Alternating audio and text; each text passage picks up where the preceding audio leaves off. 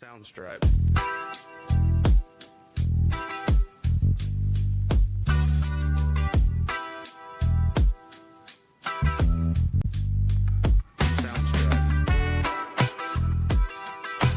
Thanks, Lisa, for joining us today.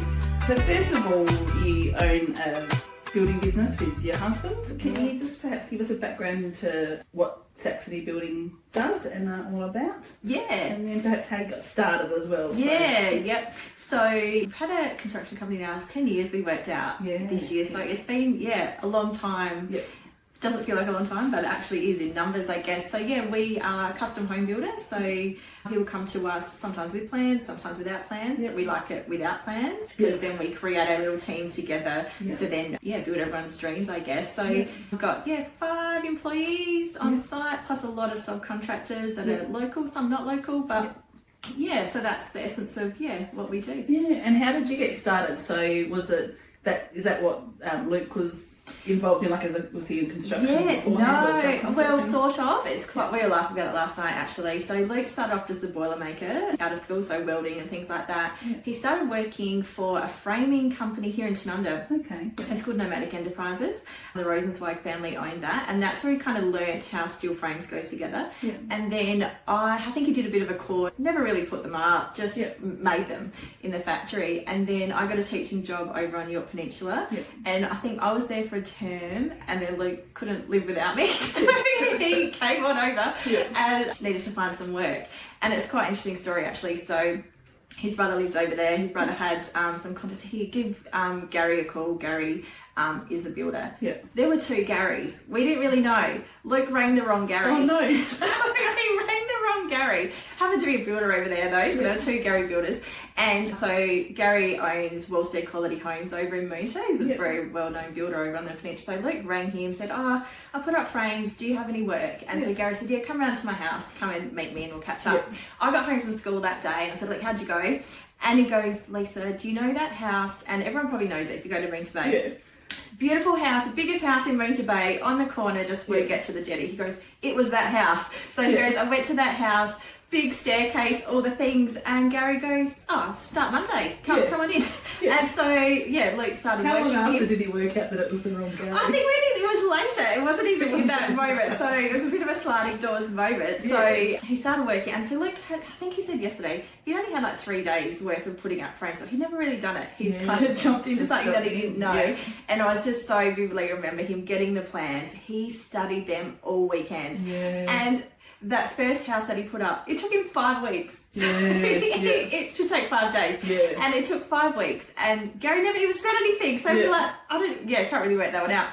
But he's like, oh my God, I had no idea what I was doing. Yeah. He had someone working with him and he was a casual getting $17 an hour. Yeah. And that's how that kind of framing started. And I think Gary probably saw something in Luke and got him to get his subcontractor's license. And then we started employing people. And that was like our first little taste of employing people. Yeah. I didn't have heaps to do with it because I was full-time teaching. So that was Luke's his business and his employment. So I didn't have heaps to do with it. But we employed 2 other guys, and that was our first taste of work health and safety and all of that kind of stuff. Yeah. Having no idea even how to invoice the builder, how do you do wages, what's a pay slip look like, all of that kind of stuff. We had no idea. Yeah. So that was the first taste of that. And I think Luke probably got a little bit bored of that after doing that for quite a few years. He's always someone who's seeking to do something different, seeking to learn and grow and things like that. And he's not that person who's got his dad as a builder but our parents are not in business or anything. So everything that we've done is new and fresh and learning on the go. And so he probably got a little bit sick of the whole just putting up frames. And a lot of the frames for him to start with there was lots of development in Moota Bay and Port Hughes. So there's a Patrick's View, Patrick's Cove and the Wallaroo Marina. That had no houses in it. So Luke built some of the first houses in there with the frames and got to learn a little bit of the start of construction, but had never... You see the end of house, but he's done it onto the next house. So he never actually saw what happened in a whole build. And he's like, I want to be a builder. And we'd always loved houses and building, and we built for ourselves and things like that. He's like, I want to be able to build homes for other people. I want them to have an amazing experience. Like we love building, and we want other people to enjoy that as well. So he's like, well, I run a startup. My goal is to build architectural homes. And at the time, I was teaching. I'm like, oh yeah, good luck with that. So good luck. Happy to help. But so then he got a little bit sick of that, and that's when we moved to the Barossa. And we often look back to, like, we moved here, no jobs, no house. We sold our house. We bought a block of land. It was new, trying to find new jobs, new schools, new everything. Like, we came with nothing and starting up a new business. He did a quick little vintage at your lumber. So that was like the start of it. And he actually just, when we moved, he got his builder's license as well. So he hadn't even done that. And quite often when people get their builder's license, they're working for another builder. He didn't have that. He was on his own and kind of leaned on a few mates that were in the industry. And so got his license and just started. And then here we are, 10 years later. And then when did you transition from needing to be working, in your career, but then also moving into the business?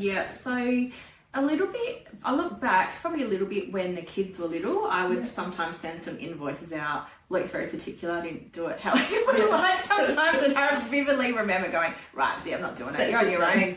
Back to teaching for me. So when we moved here, I was doing a little bit of teaching and a little bit of just bookwork stuff for him. Even prior to that, before I even got into teaching here, like, we had nothing, no jobs. I got a job at Typo at Elizabeth Shopping Centre. That was just to get some kind of income, and it was like 3-hour shifts. So I dropped Matilda off at childcare, Ollie at ELC. It cost us more for childcare and ELC for me to go there.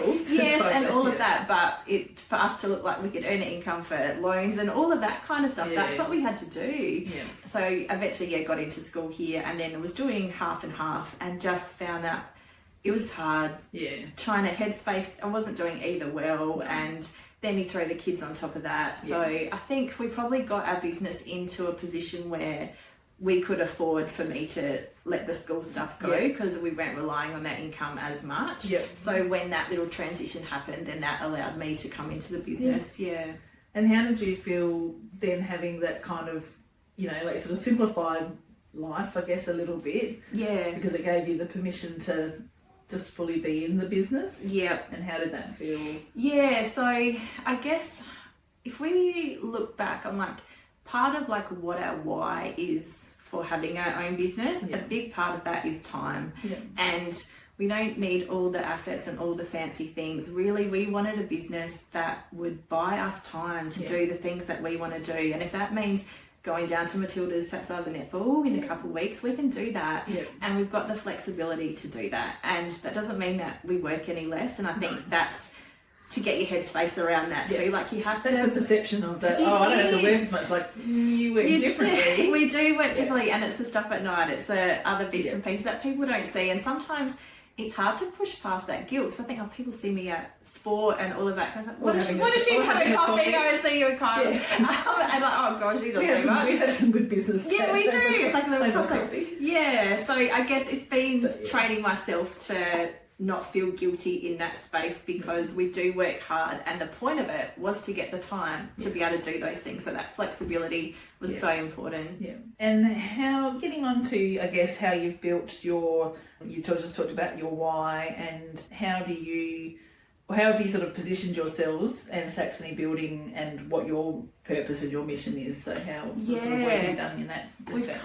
We even went back to because we've been doing some back-end business strategy at the moment, and went back into, like, what else was it? Why did we even start this up in the first place? And a big part of it was we love building, and we want others to have a really great building experience. Like, how many people do you hear? I always say, like, you go to a barbecue, someone there is building. There's always someone who's doing some form of building, and they're not having a great time. And you hear else has heard another story. It's hard. And we're just so passionate about that. Is the biggest money you will ever spend probably in your life.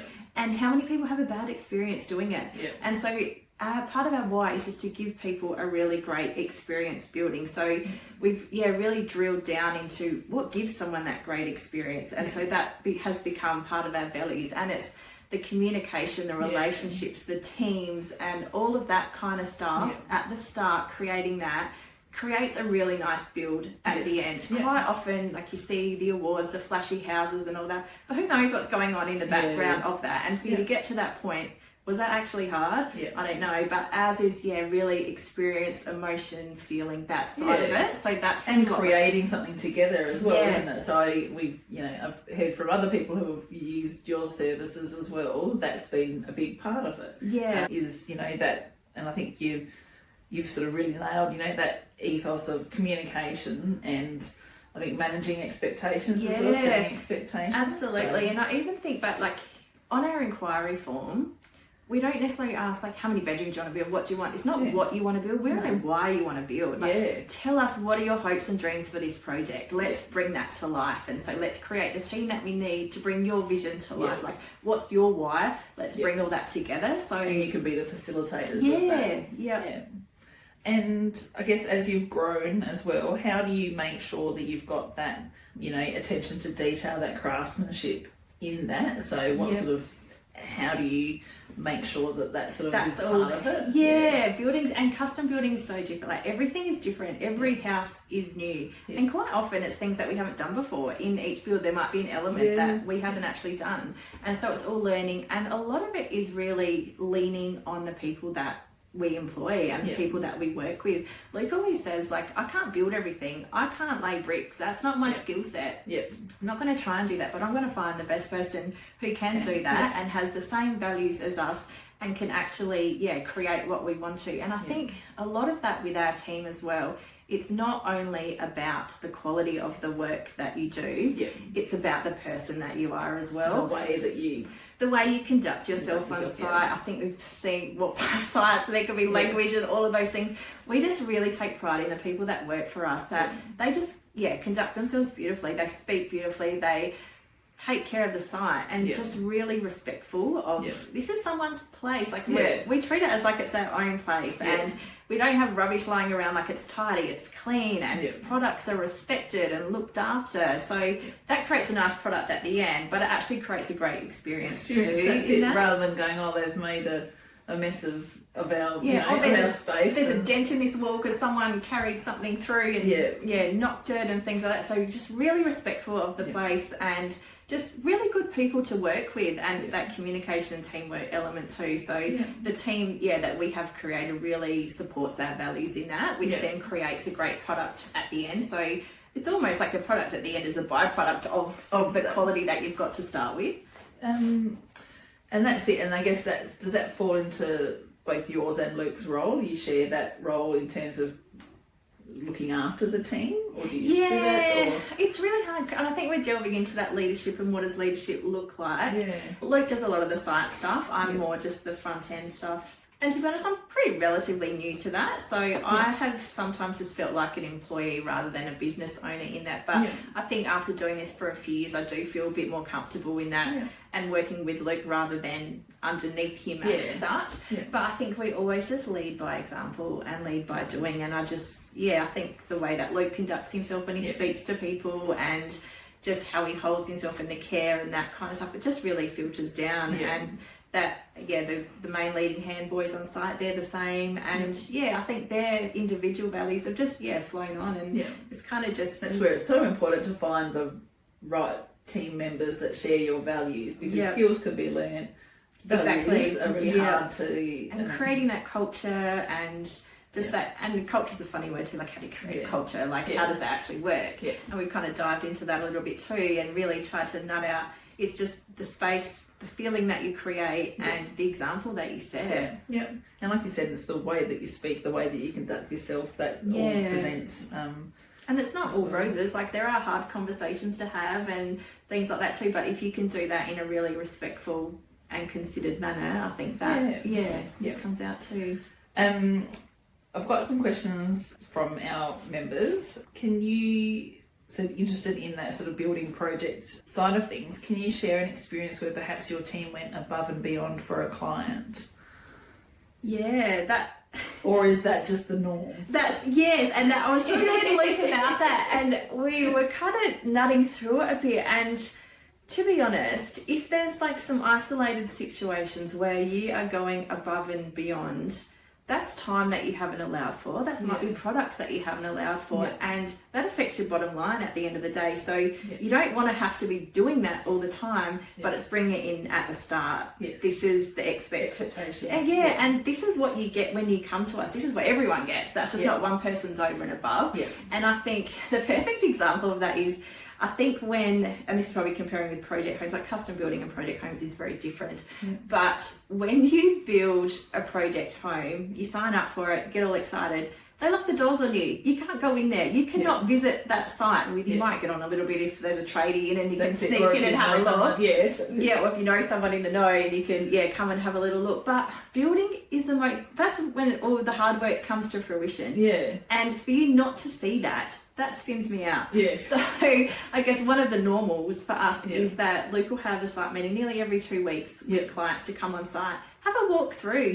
Bring your kids, show them their bedroom. Like this is the exciting bit. Have a walk around, have a look. And in that time, you might see things that, I'm not really sure about that. Can we tweak this? Yes, you can. That's the time to do when it. Those conversations can be had, and sometimes things might not be right or whatever, and that's fine. We can fix that. Or, this is great. This is tracking along beautifully. Go tell your friends. Rather than this get is great. to the end and then go, that's not right, that's not right, that's not right. Exactly, because other builders, practical completion is when you first go inside your house, which just spins me out. That's amazing. And then that's when you're meant to be, you're half excited looking at all the things, you're looking for all the wrong things. It's just, there's a lot going on. So by the time we get to practical completion, you've seen everything, you know everything, and you're ready to have it handed over. So I think just those little things are part of the experience, which is a normal. And so even I think of like online portal, like you can see the schedule, you can see that a tiler's going to be there on the 17th of June. Other builders, you have no idea, and then you're doing drive-by, saying, is there anyone there yet? Why is anyone there yet? They drop the tiles off. Yes, what's going on? Can't contact the supervisor because you're not allowed to have contact with the supervisor. You have to go through the office and things like that. Like you've got access to us. You can contact us anytime. Business hours. But putting those things in place, so using that technology opens up that communication. So it means that whatever system you're using to coordinate, people have access to it. So it's not necessarily extra work for you to do, but it's keeping it transparent and open. It is, we've even had people overseas when we built for them, and so we upload photos every day on our daily log. That's just part of our recording of what's happened, and you get to see, tiles have gone in, that looks great, that taps in the thing. And like you said, that's that point of difference, because we know and most of the stories that people would have heard of have been with project homes, and we've got to pay extra for this, we've got to pay extra for that. Variation, yes. You can choose a tile, choose 1, 2 or 3. That's it. And another question that we had was perhaps so you've been in business for 10 years, so what were some moments, or did you ever feel like giving up? And then what motivated you to keep pushing forward despite the difficulties? There's one really particular moment that we always go back to. That was our lowest of low point. That was Luke. I was in Adelaide. Luke messaged me at 3 a.m. I must have been staying at my mum's with the kids, and he goes, we need to do something. I can't do this anymore. I was kind of half and half in the business, I think, and we were busy. We were doing work. We were pumping it out. We were employing people. That was all good. We were not making any money. We didn't know why, because we never run a business before. We were just siphoning money, and we were in our own personal lives just having to be so frugal. I remember getting like strawberries from the supermarket on special to make jam, so we had jam. Our holidays were intense. Like we could not do anything. Our priority was sending the kids to the school that they go to, so that's where exactly. And it was, do we change schools? Do we sell our house? What do we do? We cannot live like this. And the alternative was finding a job with someone else and being an employee again, knowing that you can hit a ceiling with that. Life fulfilling, probably not, because we started a business and we just didn't know. And there was this guy, Kurt Hegerschweiler, who was South African, but was a builder's coach, a builder's mentor. So we organised a Zoom meeting with him, and I cried the whole time to this South African guy. He was in Melbourne or Sydney or something. I cried the whole time. He's like, tell me about your business. I couldn't even talk. I think Luke was in tears too. And we didn't know what to do. Because you're carrying all of that. There's so much pressure and responsibility, especially if you've got staff as well. And that feeling of you're so there's so much overwhelm. Yeah, and we didn't know what we'd never ran a business before. Everything we thought we knew, and a lot of it is around profit and margin. And you don't talk to other builders, or you don't talk to other businesses about. You can see what they do. Oh, that business is going well. They're doing all the things, but behind the scenes, like no one talks about that, and you don't know. And so you're under the assumption that. I think you were saying when we had one of our coffee chats in the cafe about not having enough profit margin on your quotes as well, so you were not allowing for all the other overheads. So we thought that 15% on top of a job, that's fine. That's what everyone does, and even a HIA contract now will tell you a cost plus is the job plus 15%. That doesn't even cover your overheads, let alone anything else. So no wonder we weren't making money. So Kurt was the first person that kind of funneled us into, he'd call it like, what are your blue jobs, red jobs, yellow jobs. So blue ones for the jobs that you actually make really good money from. They're the ones that you need to target. Start doing those jobs. So it was us going through everything, because when we was doing things like changing gutters to like renovations to all the things. So if changing gutters makes you a lot of money, do that. That's your channel into that. But it wasn't, funnily enough. And like when we first needed some work done as well at the workspace, was doing just fixing doors and doing things like that. So quite a lot of like fixing things. It was, and it was like general labour and things like that, and that's, you've got to do a lot of general labour stuff to make money on that. And so that was our first point at starting to change the way we looked at our business. We got in another accountant who really helped us with some business mentoring, and then after seeing Kurt just for those few little bits, Luke transitioned out into the Live Life Build group, and you would see that a fair bit on our socials. They've been really pivotal in really looking at you as a person, not as a business who's making a lot of money. How can you be a great person, be happy in your personal life, to then work well in your business? And what do you need? It flows through, doesn't it? It does. And what do you need to make your business work well? And so this is all the front end stuff, communication, like client based stuff, plus processes, procedures. Are you putting enough on your jobs? Where are you spending your time? How are you being a great leader? It's not about the fancy house at the end. So they've really changed the way we've set up our business, and it's still hard though. It's still not. We're still relying on our income at the end of the day. Like we're relying on us. And if that doesn't work, and I think there's that sense of responsibility of our employees are relying on us too. Their livelihood is based on us, and if we're not doing it well from our end, they don't have a job. We don't have a job. It's hopeless. So that's the driver.